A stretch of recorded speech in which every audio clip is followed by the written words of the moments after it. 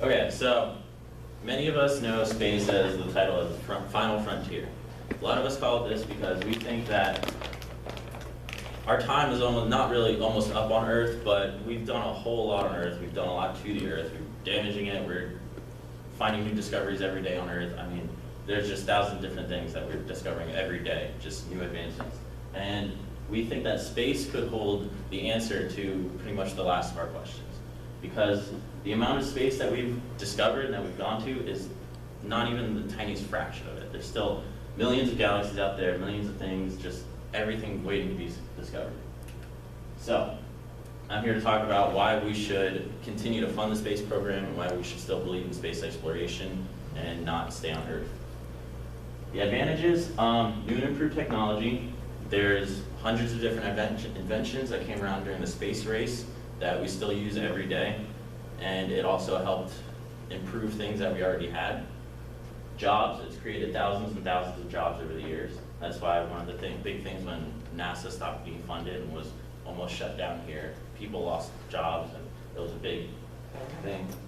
The whole question of what if, since it's all mystery, we don't know what's out there. There could be anything out there, so there's just that natural sense of adventure that all humans have, that we just want to know what's out there. And understanding the universe and also understanding the Earth.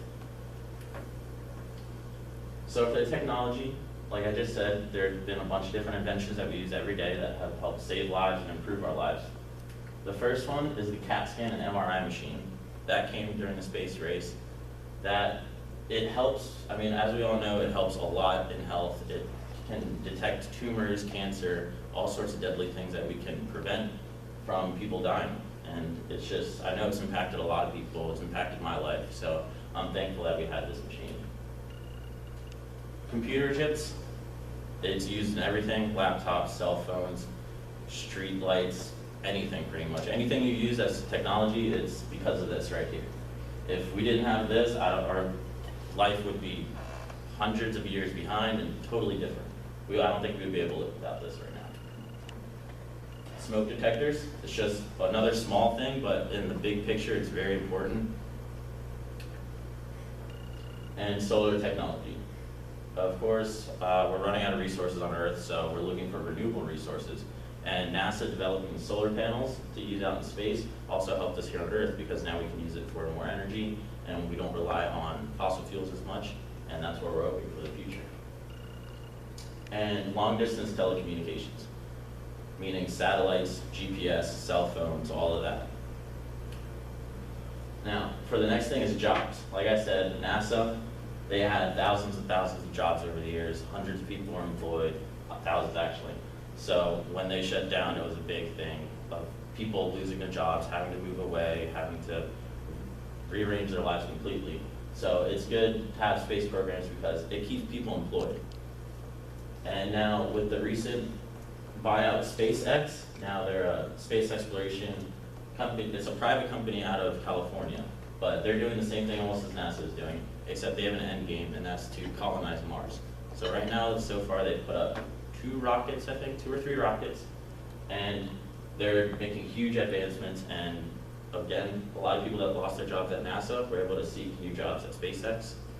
So there's that question of what if.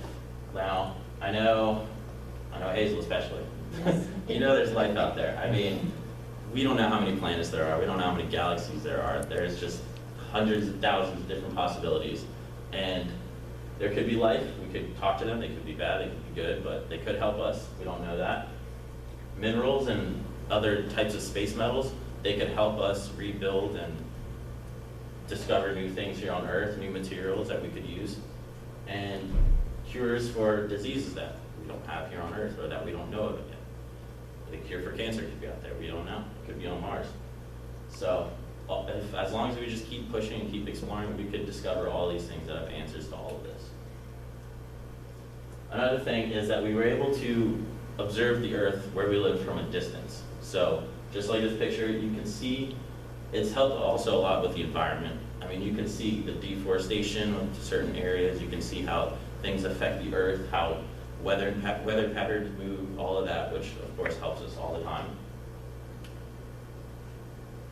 And some of our biggest accomplishments.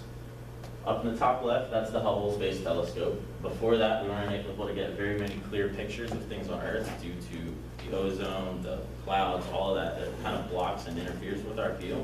So we decided to put a telescope up in orbit, and that's helped us see millions of light years away. It's helped us discover new solar systems, new things like that. I mean, granted, we won't be able to go there for a very, very long time, but we're getting a very good idea of what's out there and how we can adapt to it. The International Space Station, that's helping us, again, research everything out in space. Like, I know just last week, we sent one person up, and he'll be spending a year out there on the space station. Just doing experiments, seeing how space affects humans, all stuff like that.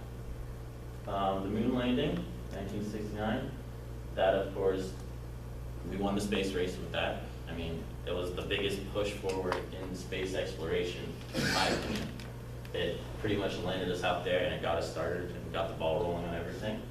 And of course, the Mars rover, it just completed actually its first marathon out there. It traveled over 26 miles, and it took months and months, but it's taking samples, it's doing all sorts of readings and stuff. So hopefully the first planet we get to visit is Mars, and maybe one day we can colonize it and see where it goes. Now, some of the disadvantages is that it costs a lot of money, like billions of dollars. But what I think is that we spend maybe not as much, but a good fraction of that same amount of money here on Earth doing the same type of research, just in labs or out in the ocean or forests or things like that.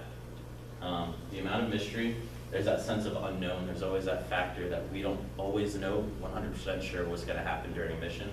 So, I mean, it could be very dangerous for the astronauts. Like I said, they don't know what they're getting into, really. They have a good idea, but since a lot of the things nobody's done before, we're trying new things all the time, they don't always know what's going to happen. So I think that we should be still pushing research here on Earth, but I think we should also spend a little bit more money, and I hope the private company SpaceX is able to do a lot more out in space, and I hope you guys think that too.